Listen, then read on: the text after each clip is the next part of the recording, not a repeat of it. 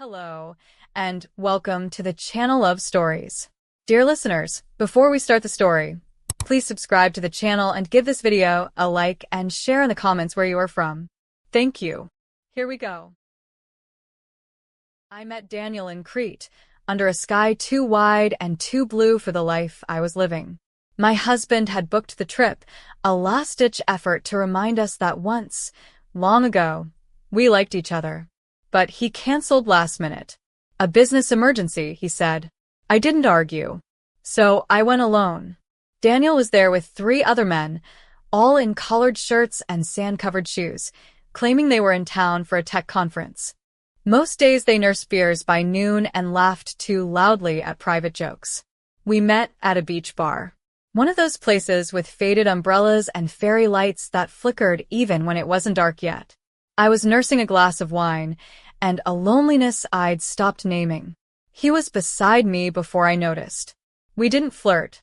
We talked about the music, about how the sea here looked like someone had turned the saturation too high. About books. About the weird way silence could settle even in a room full of noise. Then he said, "You look like you haven't been seen in a long time." And I didn't say anything, because it felt too true. We danced once. No closeness. No heat. Just movement. And then we sat again, near the water, like strangers who knew better than to start anything. We didn't kiss.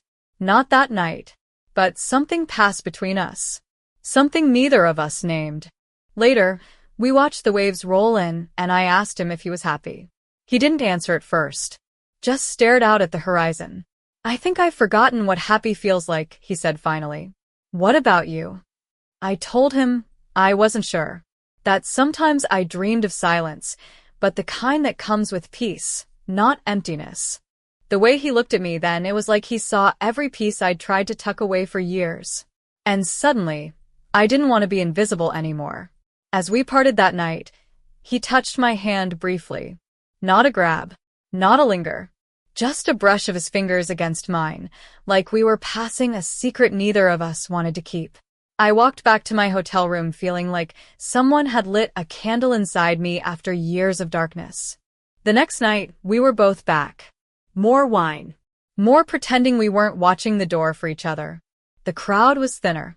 The music slower. The air somehow held more weight. When the last of the group trickled away, heading for taxis and other obligations, we were alone. He asked if I wanted to walk. I nodded. We moved down the shoreline in silence, our feet leaving prints the tide would erase. The stars above were impossibly bright, like someone had dusted the sky with light just for us. I felt outside of time, like the world was suspended in some tender in-between. Then he stopped. Turned. There was a moment. A pause so long it cracked open. Then he kissed me. It wasn't hungry. It wasn't rushed. It was slow. Careful. Like a question neither of us had the words for. And when it ended, we stood with our foreheads touching, the sound of the sea lapping around us. We didn't talk about what it meant. We didn't go to bed together. We just stood in the surf until we were both shivering. He brushed a strand of wet hair behind my ear and said, "You deserve to feel chosen." That broke something in me. Not from pain, from recognition. The next morning, I left a note at the front desk for him. It said only, "Thank you." I flew home. He did too. But the feeling of that kiss followed me onto the plane, across the ocean, into the quiet of my house where my husband barely looked up from his laptop to ask how the trip was. I didn't answer. A week later, I got an email. "If I were in Paris next month, would you meet me?" I stared at it for a full hour, typed and deleted a dozen replies. My heart pounded the whole time. And finally, I just wrote one word. Yes. We met near the Seine. I wore sunglasses, even though it was cloudy. He brought me coffee in a paper cup with my name spelled wrong, and I still kept the sleeve. We didn't kiss. Not right away. We walked. Talked. Laughed. It felt like stepping into someone else's life. Like I was borrowing a version of myself that hadn't been dulled by obligation and routine. Everything felt more vibrant. The colors, the smells, even my own voice when I laughed out loud. We talked about music we loved as teenagers. He told me about the guitar he never learned to play. I told him about the poetry I used to write when I thought someone might read it. The room we rented was small, above a bakery. The window faced a brick wall, but we left it open for the breeze. The scent of fresh croissants woke us each morning, and we laughed at how cliché it was and how much we loved it anyway. We made love like people who knew it was both wrong and inevitable. After, he said, "I haven't felt like this since I was 20. I didn't answer. I just lay there, staring at the crack in the ceiling, feeling my life bend. We bought cheap wine and plastic cups and sat along the river that evening, pretending we were locals. He brushed his fingers across my knee. It was the smallest touch, but I felt it for hours. We stayed 2 nights. Then we left separately, back to our lives. Our homes. Our lies. I spent the flight staring at my ring, wondering if it had ever fit right, wondering if anything ever had.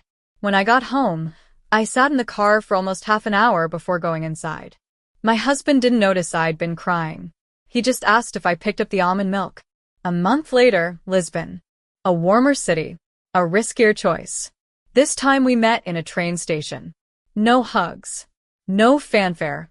Just smiles that gave us away. We stayed in a hotel room with cracked tile and the scent of lemons in the hall. The elevator creaked. The curtains were mismatched. But the moment I walked through the door, it felt like a sanctuary. We stayed up talking one night until 3 a.m. He told me his daughter played piano, that she hated practicing but loved to play when no one was listening. He mimicked her posture, chin raised, brows furrowed, and I could almost see her. The tenderness in his voice broke something open in me. I told him my husband didn't know my favorite color, that he hadn't kissed me like he meant it in over a year, that I sometimes thought about getting in the car and just driving with no destination. Daniel didn't pity me. He listened. Really listened. He kissed the inside of my wrist like it was the holiest place on earth. We spent a day walking the cobblestone streets, buying pastries we didn't finish, laughing at a street musician who sang horribly off-key. He bought a cheap bracelet from a vendor and tied it around my ankle like a secret. When he left first, I cried in the bathroom. Quietly, curled on the cold tile like someone trying to hold herself in. We said we'd stop, that we'd let Lisbon be the end, that we'd done enough. But I kept the soap wrapper from our hotel, pressed it between pages of a book he'd noticed me reading, and he texted me 2 days later. Not done. My fingers shook as I typed back, me neither. Florence made everything feel more fragile. The art, the alleys, the way he looked at me over a bowl of pasta. We pretended we were tourists, took pictures of each other, wore sunglasses even indoors. I still have one he took of me sipping espresso in a sun-drenched cafe, my hair a little windblown, lips curved in a soft, unfamiliar smile. I didn't recognize myself at first. That woman looked happy. We rented a tiny room in an old building near the Arno. The floorboards creaked with every step, and the walls were thin enough to hear the neighbors arguing at night. But it didn't matter. One evening, we stood in front of Botticelli's Primavera and didn't say a word for almost 10 minutes. Later, he told me it was the first time he felt quiet inside in years. One night, he touched my hand across a tiny cafe table and said, "I wish I met you first." I looked away. That was the trip where he told me his marriage was over in everything but paperwork, that they hadn't touched in over a year, that most of their conversations were about the electric bill or who forgot to buy dog food. I nodded, said nothing, but something opened in me, a door I thought I'd closed. Later, we lay in bed listening to the rain and he whispered, "I think I could build a life with you." I wanted to believe him. I did. But I also knew what waited for both of us at home. Names on mailboxes. Empty dinners. Small, silent betrayals. The lives we'd promised we'd try to fix, even if they'd already unraveled. Still, when he kissed my shoulder and whispered, "I'd choose you," I let myself pretend. Even just for a night. In Prague, he cried. We'd had too much to drink. We argued about something small, a comment, a tone, a glance that felt heavier than it should have. Then he broke. We were standing on a bridge, and the lights of the city blurred in the water below us. He said something about guilt and how it builds in layers, like frost on a windshield you can't quite scrape off. Then his voice cracked, and he turned away. I'd never seen him cry before. Not like that. I don't know how to go back, he said. I don't even know who I am at home anymore. I held him, right there, under the street lamp, in the cold. Neither of us caring who saw. He shook against me like a man unspooling, like someone whose center had gone missing. I told him I didn't know either. That sometimes I sat in my parked car for an hour just to avoid going inside. That I'd forgotten what it felt like to be touched without obligation. We didn't sleep together that night. We lay in the same bed, not touching, just existing, side by side. I could hear his breathing slow. I watched the shadows from the window inch across the ceiling and tried to remember the last time I felt that close to someone. In the morning, he apologized. I told him not to. We walked through the city like ghosts. No plans. No map. Just turning corners and letting the streets carry us. He bought me a rose from a girl selling flowers near the river.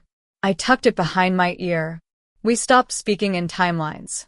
Next time, we'd say, when we come back here. As if we had the luxury of future.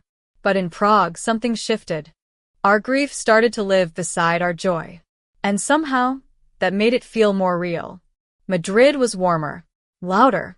We laughed more. Danced once in a crowded bar, the kind with sticky floors and terrible lighting.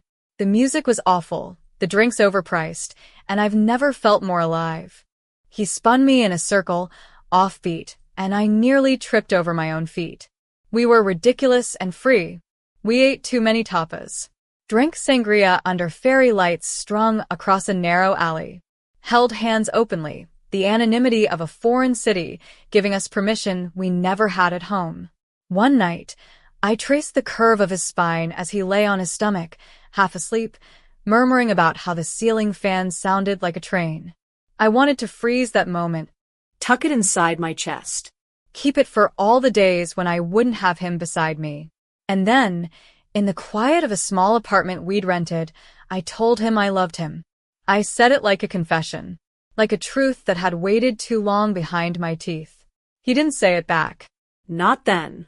But he held my face like it was the most precious thing he'd ever touched. He kissed my forehead and pulled me closer, like he was trying to anchor himself to something unshakable.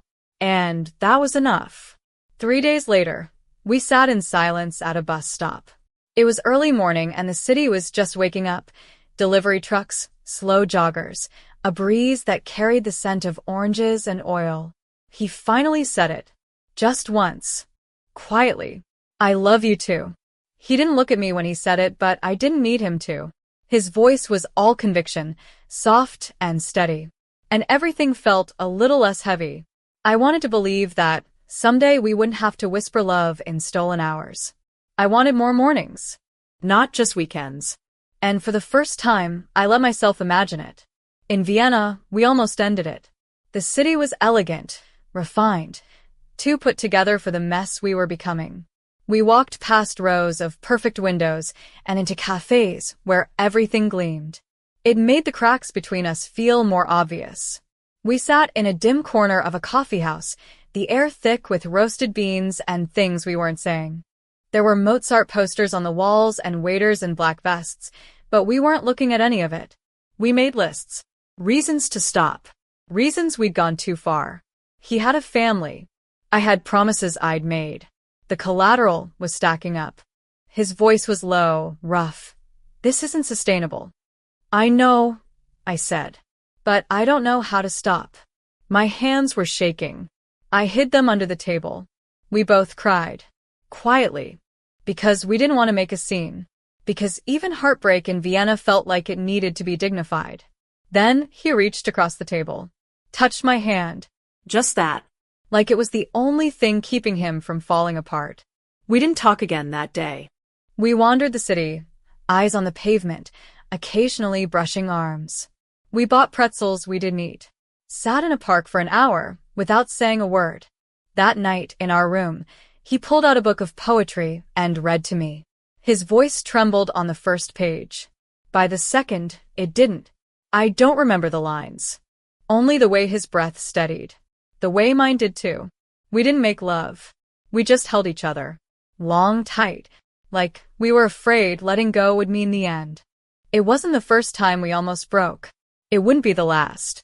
But Vienna became a turning point. The moment we realized we couldn't keep pretending this wasn't real. We stopped saying affair. We stopped saying maybe. And we started saying how. The hardest part wasn't lying. It was going back. Back to quiet dinners.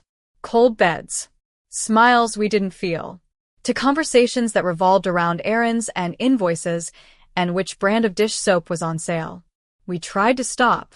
We made rules. Said we'd give each other space. That we'd be strong. That we'd remember what we were risking. But we didn't stop. Because when someone sees you, really sees you, it becomes impossible to unsee them.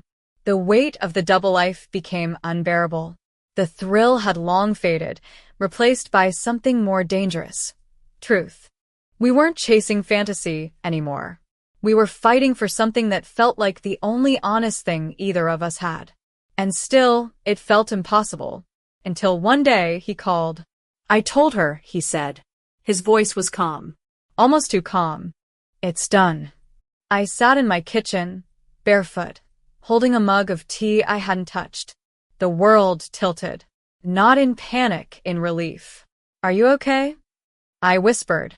No. But I'm finally honest. I felt every part of my life collapse and rebuild in a breath. I told mine a week later. It wasn't brave. It was necessary. He didn't yell. He didn't cry. He just stared at me like he didn't recognize the woman in front of him. And in a way, I understood.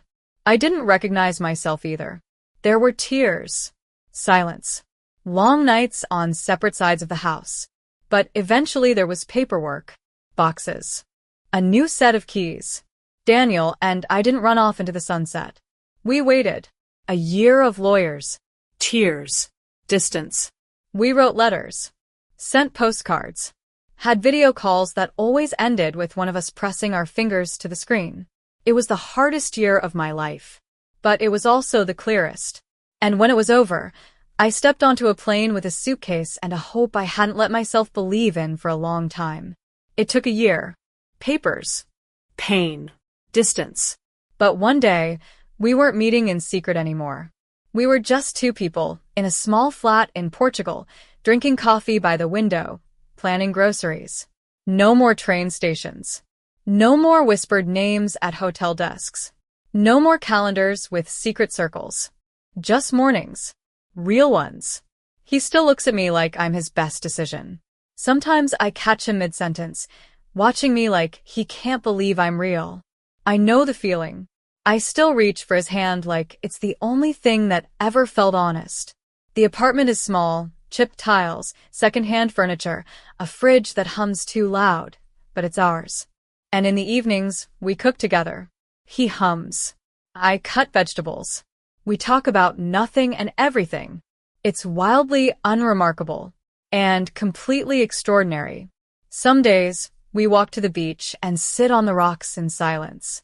Just breathing. Just being. He always brings 2 coffees. I always bring a blanket, even when it's warm. We have friends now. A neighbor who brings us figs, a bookstore owner who recommended us a terrible mystery novel we still joke about. A cat who refuses to leave our windowsill but won't come inside either. Our life is quiet, but it is ours.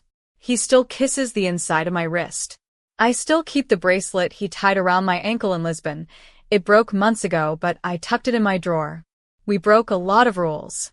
We hurt people. We hurt ourselves. But we built something real from the pieces. Not perfect. Not easy. But honest. And I'd choose him again, again, and again. Some people aren't meant to be a chapter. They're meant to rewrite the whole book. And this one, this messy, beautiful, ordinary life, is the one I want to keep writing every single day.